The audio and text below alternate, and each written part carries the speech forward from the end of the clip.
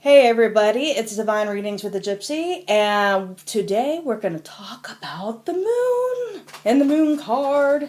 And instead of just having just the Rider-Waite and the Thoth deck, in honor of March of the Pips, I've actually going to add my Marseille deck to the moon card associations and add the Marseille deck as part of the moon description. Yay!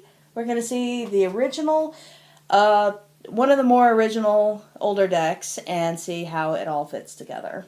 So, the name of the moon in Vedic astrology is Chandra, is the name of the moon in Vedic astrology, for all those who are interested in Vedic astrology. And our keyword today for the moon, without getting into the long, lengthy description, this is going to be the descriptions for each card is going to start getting longer and longer, and I'm trying not to drag it out any much longer than it needs to be.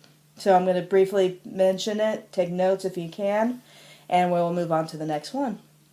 And so the keyword for the moon is thought and personality, or the mind. So there you go. If you want to just write a basic keyword, that's a basic keyword. But if not, let's stay in tune for some of the descriptions of the moon. Alright. Shoot. Hold on one second, everybody. See if we can make it a little bit smoother. Ha! There we are. So let's all observe and take meditate on the cards as I read the description of the moon. And it's the nature of a person's emotional state. Past lives are governed by the moon. Things that we are comfortable with. Rhythm and tides are ruled by the moon. And the moon also rules our blood. And that kind of gets into the werewolves and the craziness of the full moons and etc. Inner satisfaction is sleep, and growth is governed by the moon, as well as its disorders. Personality, individuality, reflection of sunlight. So basically, the moon is a reflection of the sun and the sunlight. So we also got to remember that when we're observing the moon. Feeling, relationships with mother, especially in Vedic astrology, the relationship with the mother is important, but with the moon, and the relationship with the father is governed by the sun. So it's not necessarily necessary for the Western astrology, but in Vedic astrology, relationship with mother is governed by the moon. And we can observe that in some of these cards here. And the mother, okay, and rules music is also governed by the moon. Agriculture, our popularity in life, dreams, how our bodies grow. Receptive and expressive side is moods, imagination, habits, and tendencies. And this gets into a deeper note, but you can write this down as a reference for later. Is Saturn in the moon can be depressed, but we could see that during our layouts later. People can shift their consciousness with the moon. Home and family can connect well with others. Early childhood, expression of ego. Females, general public, generosity, memory, hotels. C, swiftness, fickleness, the circle shapes, artisans of all kinds, businesses and education is all the descriptions of the moon.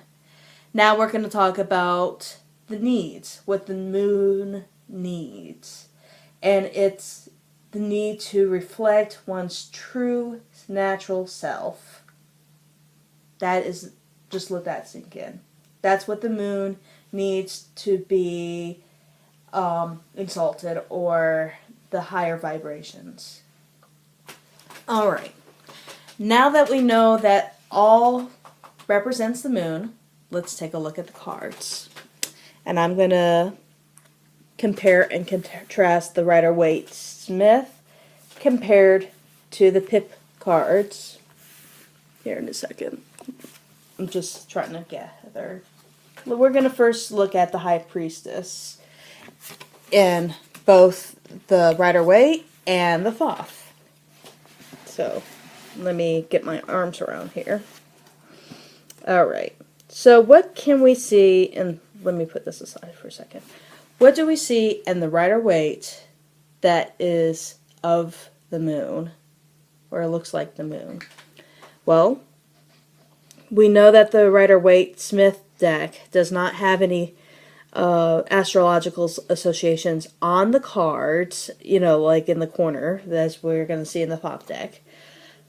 But it is from the same Golden Dawn system as the Thoth. So, when we look at this card, we see that she has the triple moon. She has a crescent moon. And you can almost say that the pillars, the color of the pillars, is also of the moon in the darkness and the light, regardless of what the B and the J really actually stands for.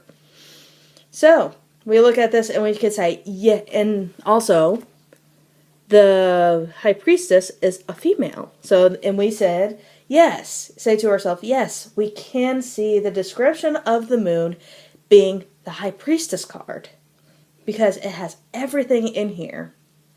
Now, when we compare it to the original, one of the more original, I shouldn't say the original, but one of the more original cards of tarot with no Golden Dawn associations on it, does this represent the High Priestess card even then versus now?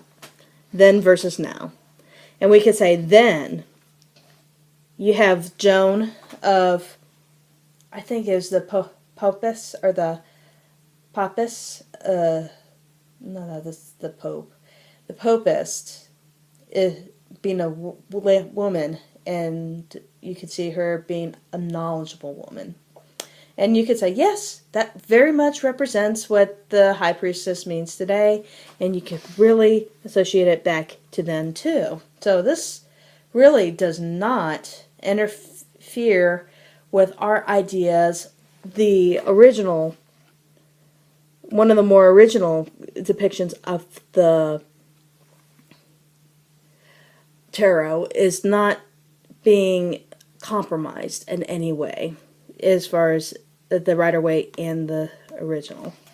Now, let's put the Rider-Waite down because we know that the High Priestess is the High Priestess. Now let's look at the Thoth deck. Whoa, we say, that's a lot of symbolism, because we could see that the glyph is the moon with the Thoth deck, and when you think back with the description of the moon, we could say, yes, I could see agriculture, because you got the grapes and the flowers and also harvest. We could see some harvest aspects there. Gimel is the camel, so that's not necessarily of the moon, but that is of the Kabbalah relation. We see her crown as the triple goddess. And we look at some of these other things, and we say that she's a woman. Yes, she is a woman. That also relates to the description of the moon. What else do we see? We say to ourselves, I don't see too much else, but we could definitely see the moon associations in the Thoth deck. And we see and it does not interfere with one of the more original depictions of the tarot either. So, we have discovered that the associations with the moon, with the High Priestess card, is actually pretty solid. Now that we said that, we could say, okay, let's take a look at the Chariot card.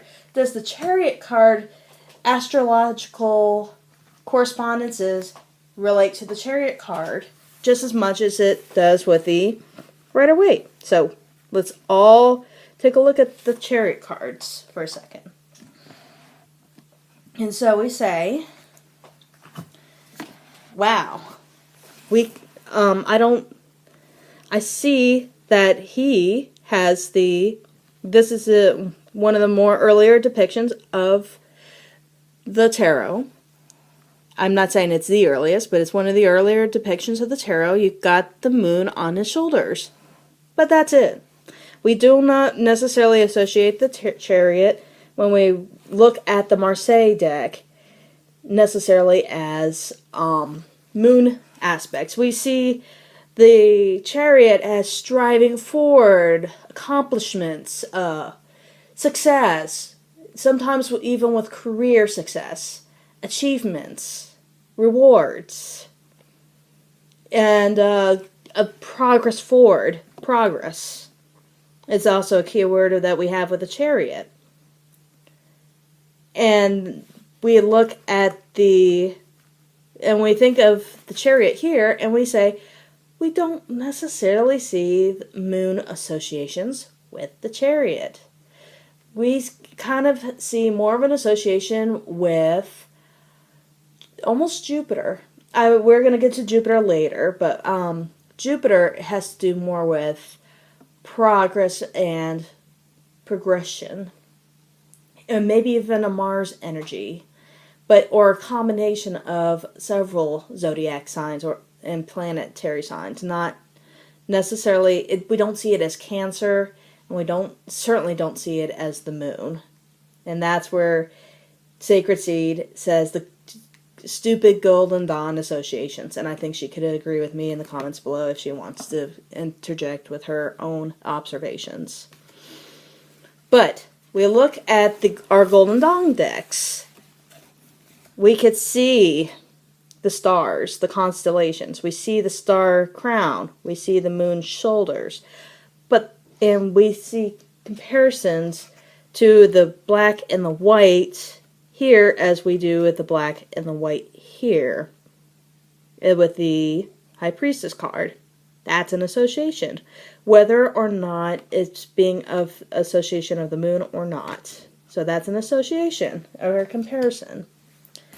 And we say that other than that, we don't necessarily see any moon aspects in the Chariot card. And we certainly don't read Chariot like the moon in the descriptions that I have said about the moon. Now, let's take a look at the Thoth deck. We could actually physically see the glyph Cancer, which is Cancer is ruled by the moon. And if you don't know where I'm getting my zodiac associations, watch my previous video, and that's all the astrological associations of every zodiac sign and what planet governs which zodiac sign. What do we see here of the moon? Well, we see tide, almost like a tide's blood. So we say, oh my goodness, I could totally see the moon in that. The bloods and stuff, but not necessarily in his armor. And maybe some of the outsides could really depict water and blood too, but this really is supposed to be representing blood and water. And that's also governed by the moon. And the crab is the association for Cancer. So, but do we really see this being of the moon, or do we associate Chariot of the moon? No, because we've already established that with the Marseille decks or the more earlier decks in tarot. So, should moon be Chariot be associated with the moon? This is where I said it's going to get a little weird from now on in my sun card video, because we could really honestly say it does not go. It does not go. It's not coherent. Oh, with the Chariot card. It's more really relating to the actual moon card, right? we will get to the moon card here in a little while, but the moon card really should have been in place of the chariot, and the chariot should have probably been something else. And if we were trying to put astrological associations. So that's my depiction of the moon card. And let's all compare and contrast of all this together. So, in honor of March of the Pips, we got our Marseille deck to compare with the more original depictions. I should have done that with my sun card video, but that's alright. So, this is what we see of our moon card. This is what we have to compare and contrast. And as of today, I'm going to have to exit out this video, and I'll hope to see you in my other cards, and I'll get into more lengthy descriptions in the other cards, and we could always revert back to this video as far as references comes and goes. Thank you for listening to my astrology and tarot, and like and subscribe below as usual. And you all have a beautiful day, and I will see you beautiful souls later.